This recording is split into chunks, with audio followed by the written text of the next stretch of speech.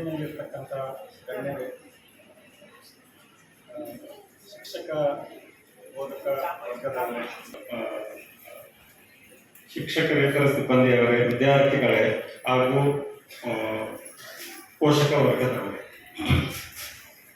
ಎಲ್ಲರಿಗೂ 78ನೇ ವರ್ಷದ ಸ್ವಾತಂತ್ರ್ಯ ಶುಭಾಶಯಗಳು. ನಮ್ಮ ದೇಶಕ್ಕೆ ಸ್ವಾತಂತ್ರ್ಯ ಸಿಕ್ಕ ಈಗ 7 ದಶಕಗಳು ಕಳೆದಿದ್ದಾವೆ, 8ನೇ ದಶಕ ಮುಗಿತಾ ಬಂದಿದೆ. ಸೊ ಈಗ ನಾವು ಭಾರತ ಇತಿಹಾಸವನ್ನು ನಾವು ಎಲ್ಲರೂ ನಮ್ಮ ಪುಸ್ತಕದಲ್ಲಿ ಕಲ್ತಿದ್ದೇವೆ, ಎಲ್ಲರೂ ಕಲಿತಾ ಇದ್ದೇವೆ. ಜೊತೆಗೆ ಮಕ್ಕಳು ಬಹಳ ಚೆನ್ನಾಗಿ ನಿರೂಪಿಸಿದ್ದಾರೆ ಈ ಪ್ರೋಗ್ರಾಮಲ್ಲಿ. ಸೊ ಕೇವಲ ವ್ಯಾಪಾರಕ್ಕಾಗಿ ಬಂದ ಬ್ರಿಟಿಷರು ನಮ್ಮ ಭಾರತ ಉಪಖಂಡ ನಾವು ಹೇಗೆ ಆಕ್ರಮಿಸಿದ್ರು, ತದನಂತರ ನಮ್ಮ ದೇಶದ ಸ್ವಾತಂತ್ರ್ಯ ಹೋರಾಟಗಾರರು ಸಾವಿರಾರು ಜನರು ಅವರು ಹೇಗೆ ಹೋರಾಟ ಮಾಡಿದ್ರು, ಅವರ ತ್ಯಾಗ ಬಲಿದಾನದಿಂದ ನಮಗೆ ಸ್ವಾತಂತ್ರ್ಯ ಸಿಕ್ಕಿದೆ. ಇದು ನಮಗೆ ಕೇವಲ ಈ ಸುದೀರ್ಘ ಹೋರಾಟದಿಂದ ಬಂದಿರತಕ್ಕಂಥ ಸ್ವಾತಂತ್ರ್ಯ ನಾವು ನಿಜಕ್ಕೂ ಸ್ವಾತಂತ್ರ್ಯನ ಅಥವಾ ಜಸ್ಟ್ ಅಧಿಕಾರ ಹಸ್ತಾಂತರನ ಅನ್ನೋ ಪ್ರಶ್ನೆ ನಮಗೆ ನಾವು ಕೇಳ್ಕೊಬೇಕಾಗಿದೆ. ಈ ಒಂದು ವಾತಾವರಣ ಸೃಷ್ಟಿಯಾಗಿದೆ.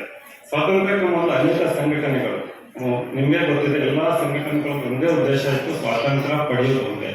ಸೊ ಆ ದಿಕ್ಕಿನಲ್ಲಿ ಎಲ್ಲರೂ ಹೋರಾಟ ಮಾಡಿದ್ರು. ಬಟ್ ಇವಾಗ ವಿವಿಧ ಸಂಘಟನೆಗಳು ಬೇರೆ ಬೇರೆ ದಾರಿಯಲ್ಲಿ ನಡೀತಾ ಬೇರೆ ಬೇರೆ ಉದ್ದೇಶಗಳನ್ನು ನಮ್ಮ ದೇಶದ ಹಿತಾಸಕ್ತಿಯನ್ನು ಬಳಿ ಕೊಡುವಂಥ ಒಂದು ವಾತಾವರಣ ಸೃಷ್ಟಿಯಾಗಿದೆ. ಸೊ ನಮ್ಮ ದೇಶದ ವಿಷಯ ಬಂದಾಗ ನಾವು ಏಕತೆ ಸಮಗ್ರತೆಯನ್ನು ನಾವು ನಿರೂಪಿಸುವಲ್ಲಿ ನಾವು ವಿಫಲರಾಗಿದ್ದೇವೆ ಅಂತ ಅನ್ಸುತ್ತೆ. ಸೊ ಈ ದಿಕ್ಕಿನಲ್ಲಿ ನಾವೆಲ್ಲರೂ ಯೋಚನೆ ಮಾಡಬೇಕಾಗಿದೆ. ಸೊ ಸ್ವಾತಂತ್ರ್ಯ ಪೂರ್ವದಲ್ಲಿ 1934ರಲ್ಲಿ ನಮ್ಮ ದಾವಣಗೆರೆ ನಗರಕ್ಕೆ ಮಹಾತ್ಮ ಗಾಂಧೀಜಿಯವರು ಬಂದಿದ್ದರು. ಸೊ ಇವರು ಇಲ್ಲಿ ಮಹಾತ್ಮ ಗಾಂಧೀಜಿಯವರನ್ನ ಇಲ್ಲಿಗೆ ಕರೆಸೋದ್ರಲ್ಲಿ ಶ್ರೀನಿವಾಸ್ ಶೆಟ್ಟಿ ಮತ್ತು ಪಾಂಡುರಂಗ ಶಿರೂರ್ ಅಂತೇಳಿ ಈ ಇಬ್ಬರು ವ್ಯಕ್ತಿಗಳು ಪ್ರಮುಖವಾದ ಪಾತ್ರವನ್ನು ವಹಿಸಿದ್ದಾರೆ.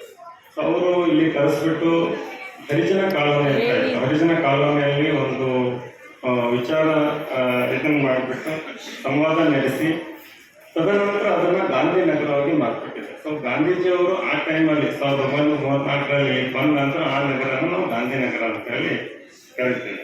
ಹೀಗೆ ನಮ್ಮ ದಾವಣಗೆರೆ ಜಿಲ್ಲೆಯಲ್ಲಿ ಅದರದೇ ಆದ ಸ್ವಾತಂತ್ರ್ಯ ಹೋರಾಟದಲ್ಲಿ ಕೊಡುಗೆನೇ ಇದೆ.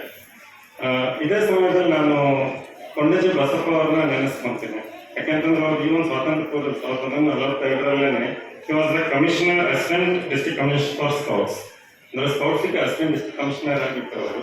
ತದನಂತರ ಅವ್ರದ್ದು ಕೊಡುಗೆ ನಮ್ಮ ಭಾರತ ಸ್ಕೌಟ್ಸ್ ಆ್ಯಂಡ್ ಗೈಡ್ಸ್ ಏಳಿಗೆಯಲ್ಲಿ ಮತ್ತು ಅದನ್ನು ಸಶಕ್ತಗೊಳಿಸೋದ್ರಲ್ಲಿ ಅವ್ರದ್ದು ಕೊಡುಗೆ ತುಂಬ ಅವರ ಪಾತ್ರ ಮಹತ್ತರವಾಗಿತ್ತು.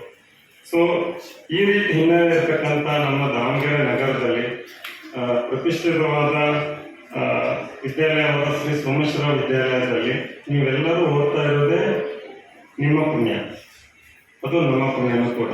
ಯಾಕೆಂತ ನಮ್ಮ ಮಕ್ಕಳು ಇಂಥ ಶಾಲೆಯಲ್ಲಿ ಓದ್ತಾ ಇದ್ದಾರೆ ಅಂತ ಅನ್ನೋದೇ ನಮಗೆ ಒಂದು ಸಂತೋಷದ ವಿಚಾರ ಆಗಿದೆ. ಇವತ್ತಿನ ಕಂಪ್ಯೂಟರ್ ಯುಗದಲ್ಲಿ, ಎಲ್ಲ ಕಂಪ್ಯೂಟರೈಸ್ ಅನ್ನೋ ಒಂದು ಯುಗದಲ್ಲಿ ನಮ್ಮ ಸಂಸ್ಕೃತಿಯನ್ನು ಕೈ ಬಿಡದೆ ಅದನ್ನು ಅಚ್ಚುಕಟ್ಟಾಗಿ ನಮ್ಮ ಪಠ್ಯದಲ್ಲಿ ಅಳವಡಿಸಿಕೊಂಡು ಈ ಶಾಲೆ ಮತ್ತು ಈ ಸಂಸ್ಥೆಯು ವಿಶಿಷ್ಟತೆಯನ್ನು ಮೆರೆದಿದೆ.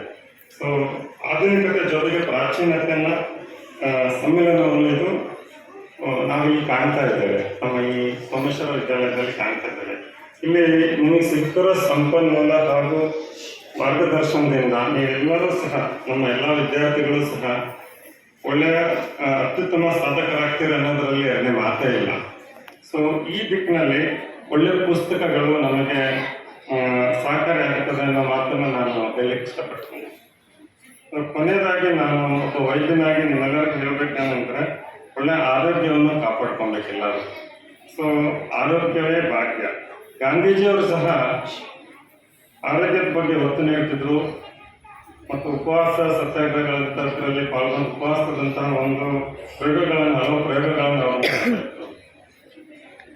ಆರೋಗ್ಯ ಅಂದರೆ ವಾಟ್ ಈಸ್ ಹೆಲ್ತ್? ಸೊ ನಾವು ಅದನ್ನು ಹೇಳ್ತೇವೆ, health is a state of complete physical, mental, social and spiritual well-being and not just mere absence of the disease. ಅಂದರೆ ನಾವು ಕನ್ನಡದಲ್ಲಿ ಹೇಳಬೇಕಂದ್ರೆ ಆರೋಗ್ಯ ಅಂದರೆ ಬರೀ ಕಾಯಿಲೆ ಇಲ್ಲದೆ ಇರೋದು ಒಂದೇ ಅಲ್ಲ. ಆರೋಗ್ಯ ಅಂತ ಅಂದರೆ ನಾವು ಮನುಷ್ಯನ ಮಾನಸಿಕವಾಗಿ, ಸಾಮಾಜಿಕವಾಗಿ ಮತ್ತು ಆಧ್ಯಾತ್ಮಿಕವಾಗಿ ಸಹ ಸದೃಢವಾಗಿದ್ದರೆ, ಚೆನ್ನಾಗಿದ್ದರೆ ಮಾತ್ರ ಅದನ್ನು ನಾವು ಆರೋಗ್ಯ ಅಂತ ಹೇಳ್ತೇವೆ.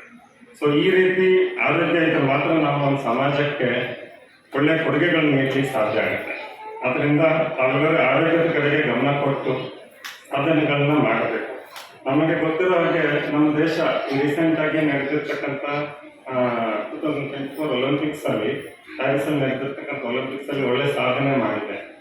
ಇದೇ ರೀತಿ ನೀವು ಸಹ ನಿಮ್ಮ ಆಸಕ್ತ ವಿಷಯಗಳಲ್ಲಿ, ಎಸ್ಪೆಷಲಿ ಮಕ್ಕಳು, ಅವ್ರಿಗೆ ಯಾವ್ದು ಆಸಕ್ತಿ ಇರ್ತದೆ ಅದನ್ನು ನಾವು ಗುರುತಿಸ್ಬಿಟ್ಟು ಅವುಗಳಲ್ಲಿ ಅವರಿಗೆ ಪ್ರೋತ್ಸಾಹಿಸಿ ಅವರಿಗೆ ಉತ್ತಮ ಸಾಧನೆ ಮಾಡಿ ನಮ್ಮ ಶಾಲೆಗೆ ಮತ್ತು ನಮ್ಮ ತಂದೆ ತಾಯಿಯರಿಗೆ, ಈ ರೀತಿ ನಮ್ಮ ಶಿಕ್ಷಕರಿಗೆ ಒಳ್ಳೆಯ ಹೆಸರನ್ನ ಬರೋ ಹಾಗೆ ಮಾಡಿ ನಮ್ಮ ಭವ್ಯ ಭಾರತ ಕೀರ್ತಿ ಪತಾಕೆಯನ್ನು ಉತ್ತಮಕ್ಕೆ ಏರಿಸಲಿಕ್ಕೆ ನೀವು ಏರಿಸ್ತೀರಾ ಅಂತ ಹೇಳಿ ಆಶಿಸ್ತೀನಿ.